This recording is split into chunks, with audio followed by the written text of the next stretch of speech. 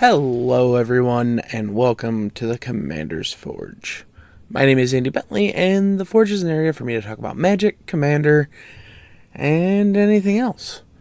While I try and keep my mental health from going down the drain. I do want to kind of start this off with talking about some changes I'm looking to make forward to making to the podcast. Changing up my opening mainly is the one change I'm looking into. I'm just going through the process of teaching myself how to use the Adobe suite of programs because I am still very much new at that, and my opening is going to change from the heavy metal inspiration to something else I've been tinkering with. Yeah, that's kind of it for any little updates.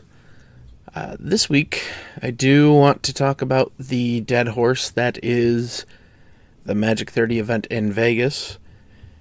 But I also want to talk about the Magic Summit in Salt Lake City and do a little compare and contrast. So jumping right into it, the Magic 30 event in Vegas is at the World at Expo Market in Las Vegas. It's happening October 28th through the 30th. It does require a proof of vaccination and a mask. Looking at the Magic Summit in Salt Lake City, it's at the Salt Palace Convention Center in Salt Lake City, November 11th through the 13th. They do not mention anything about vaccinations being required, and they do say that masks are highly recommended. Now, when you look at the two events, well, side by side, they are two very different events. So looking at the Magic 30 in Vegas, it's definitely a higher priority on, well, games, is I think the best way I can put it. Whereas the Magic Summit seems to be primarily more in the realm of the gathering aspect of Magic. Now, a big reason I say that is looking at the guest inclusions for Magic 30 in Vegas. The list goes Richard Garfield, the, man behind what Magic eventually became. Mark Rosewater, the head designer. Jimmy and Josh from the Command Zone. Olivia Gobert-Hicks, who is a Commander streamer and part of the Elder Dragons Hijinks group. Gavin Verhey, who's a very influential person at Magic's, inclusion in making stuff for Commander. And then Talia Vess, another streamer. That's all they list on the website of, special guests. That isn't to say there won't be artists that are there. But when you look at the Magic Summit guest lists, it is being organized by Brandon Sanderson, the author. He will be there.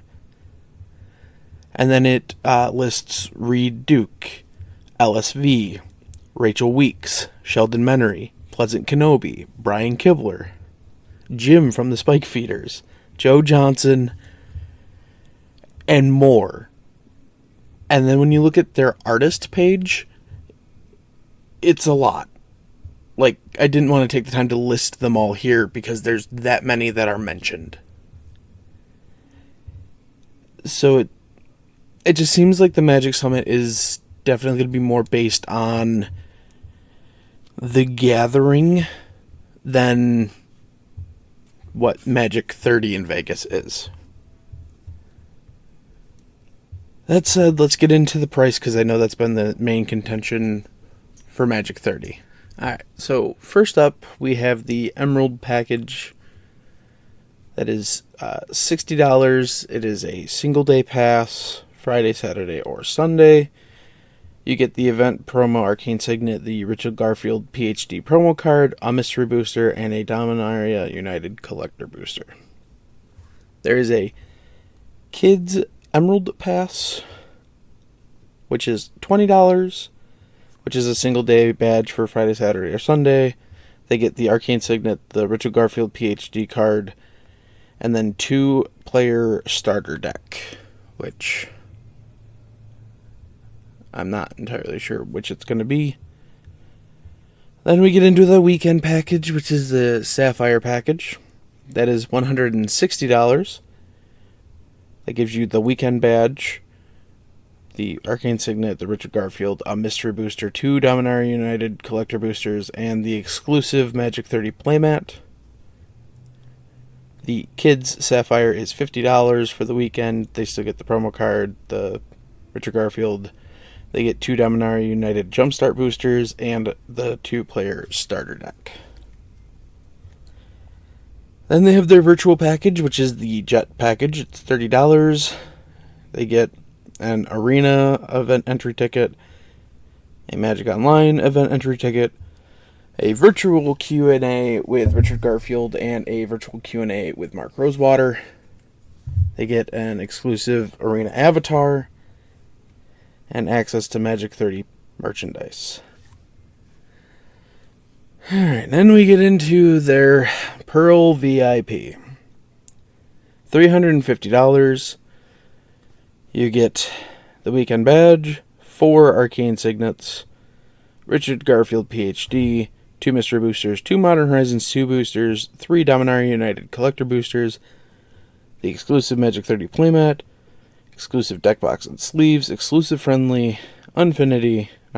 exclusive Friday Unfinity VIP event with Mark Rosewater, a Magic 30 official pin, 10% off event exclusive merchandise, and a Magic the Gathering dusting backpack. Now, talking about this one and the next one, and the one after that, makes me wonder exactly how much space they have, because the Pro VIP is sold out, and it has been sold out since I think the second day the tickets went live. But next up is the one that really kind of is the reason that I said I was definitely not going to this one. The Ruby VIP Commander. $350. You get the weekend badge, 2 Arcane Signets, the Richard Garfield, 2 Commander promo cards, the Soul Rings that have been the event card since 2019 because of the Panini that doesn't let them have events. They get 3 Commander Legends 2020 Draft boosters, 2 Modern Horizons 2 Draft boosters, an exclusive Commander playmat, exclusive box and sleeves, all weekend access to the Command Zone. I'll circle back to that. Magic 30 official pin, 10% off, event exclusive merchandise, 1 Commander on demand event. So the Command Zone access. This is the only tier that guarantees you a play space for Commander. That isn't to say random weekend games of Commander can't happen, but it means your space is not guaranteed. You do not have access to an area where you can just set up with a group of people and play Commander without the fear of a judge asking you to move so they can set up an event there. Which any of you who've been even remotely close to Magic Twitter over the last, this would be 5 years now? 6 years? I don't know. Back in 2017, back when they were still called Grand Prix, at GPLA 2017, when there was no room for us to play Commander and we were all crammed into the food court to play Commander, that's what this is leading towards again. And again, it's kind of the main reason I absolutely decided I was not going to make this swing. That and the timing being literally the day before Halloween just felt like a bad time to be traveling to Las Vegas. We'll get into the logistics later. But finally, they have their Black Lotus VIP, which is $700. You get the weekend badge, 4 Arcane Signets, which are Garfield, 2 Mystery Boosters, 3 Dominar United Collector Boosters, 3 Commander Legends 2020 Boosters, 2 Modern Horizons 2, 4 of the Soul Rings, exclusive Commander playmat, the Magic 30 playmat, the box and the sleeves, the event secret lair, which is called Lil Geary. I don't know. Timbuktu Planeswalker backpack, Commander on Demand event. You get the exclusive Friday night Infinity event with Mark Rosewater. You get access to the command zone all weekend. Complimentary entry to the Crimson Anniversary Night Party. Access to the VIP lounge. And 10% off event exclusive merchandise. For $700.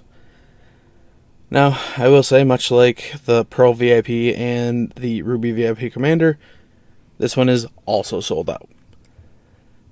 I don't know how many slots they had for that, so it raises some questions. But it also mentioned the VIP party. That will be on Saturday, the 29th of October, from 8 p.m. to 12 a.m. It is 21 plus, and you can go to it if you buy a lower tier ticket. It will just cost you $40.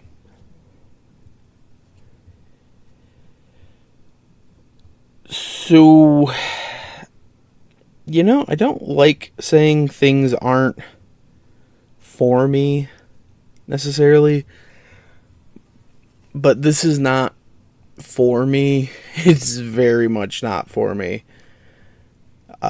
That is an absurd amount of money to pay to have a guaranteed play area for somebody that just wants to play Commander. Why is there no tier that's just access to a command zone? But I digress. I digress much. Alright, I'm going to take a moment to recollect myself, and then I will be right back. I just want to take a minute to tell you about my Patreon. I know times are hard for everybody, and I know it isn't easy to shuffle around bills and stuff. Believe me, I know that. But if you would like to help support the podcast, you can find the links to my Patreon in my link tree, which is always put into the description of either the video or the audio, wherever you're listening to it. It would really mean the world to me. Honestly, I'm just struggling to make ends meet most weeks. But that's it. That's all. If you want to help, the links will be where you can find them. And we're back. And I took a few minutes to gather myself because I was starting to feel a kind of way. But now, let's talk about the Magic Summit that is happening in Salt Lake City in November, the 11th through the 13th. This is a lot more like the way GPs used to be run, where there was a main event and then the side events. But it does some things very, very well. Let's start off with our main expensive thing. So the Kingdoms Guild VIP pass is $499. But it gives you unrestricted access to all of the non-drawing events, which includes the Black Lotus pre-release main event, the Commander Arena Unlimited, the Pioneer 5K, the Modern 5K, the Legacy 5K, the sealed pre-release 5K, unlimited on-demand vouchers for both constructed and limited, and Creator Clash entry with a pre-con deck included. So yeah, all of that for $500. But if you don't want to go to all of that, you can just sign up for individual things. The Black Lotus pre-release main event is $99. $99 just to enter that. You can get a Commander Arena one-day pass for $99. Or you can get a Commander Arena 3-day pass for $149. So $149 to give you all you can play EDH across all power levels.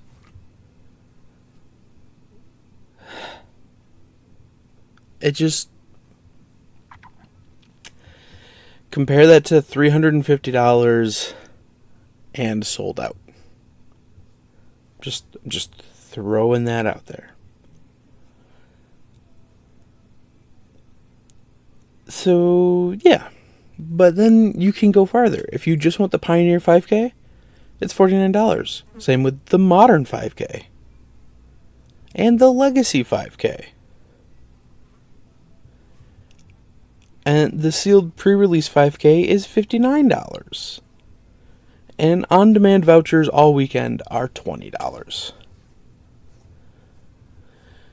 So I don't know how much more I have to say there, because the value there is just astronomically better than Magic 30, I believe. And the fact that it's quite literally been organized by an author, it looks amazing. That said,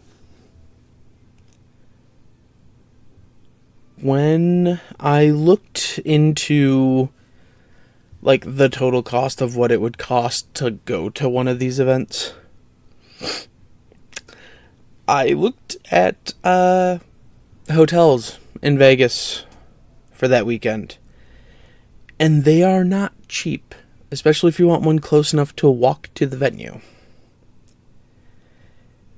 Whereas in Salt Lake City, you can find hotels within walking distance for a little under $200 a night, which is honestly not bad considering how much I was looking out for ones in Vegas.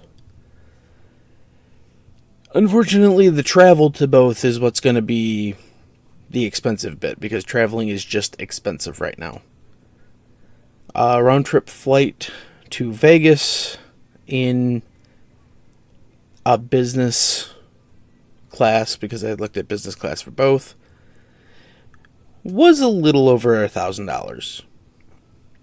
That said, round trip business class to Salt Lake City is just under $1,000. They are not cheap. Now that said, you can really pinch pennies when it comes to finding somewhere to stay and how you get there.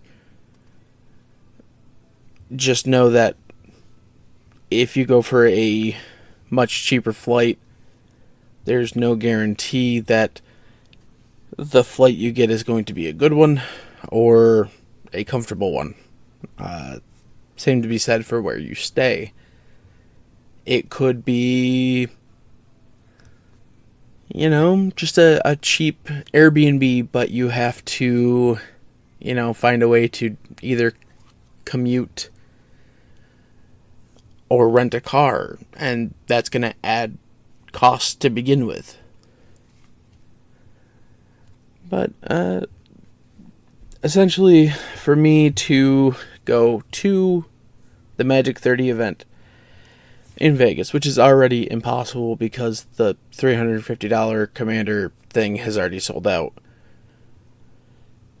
the total cost of that trip would be in the range of $2,500, which is a lot. And then looking at the Magic Summit side, well, not as expensive. You're still looking around the range of $1,500. So, yeah. I don't know if I'll be going to the summit, but I would very much enjoy going to the summit. So, hey, if anybody wants to help sponsor Andy to get to more Magic events, you know, you can always hit me up on Twitter. I doubt that'll ever happen. But yeah, I think that's going to do it for today. I thank you all, and have a good night. Thank you for listening. All of my links can be found in my link tree in the description below. I would like to thank Ian Foss and Cody Mulpey of the band The Crypt for allowing me to use music for my opening and ending, along with Nate and Erica Jacobs for making my original logo. And I would also like to thank Christina McNichol for creating my new logo. And I'll see you next time.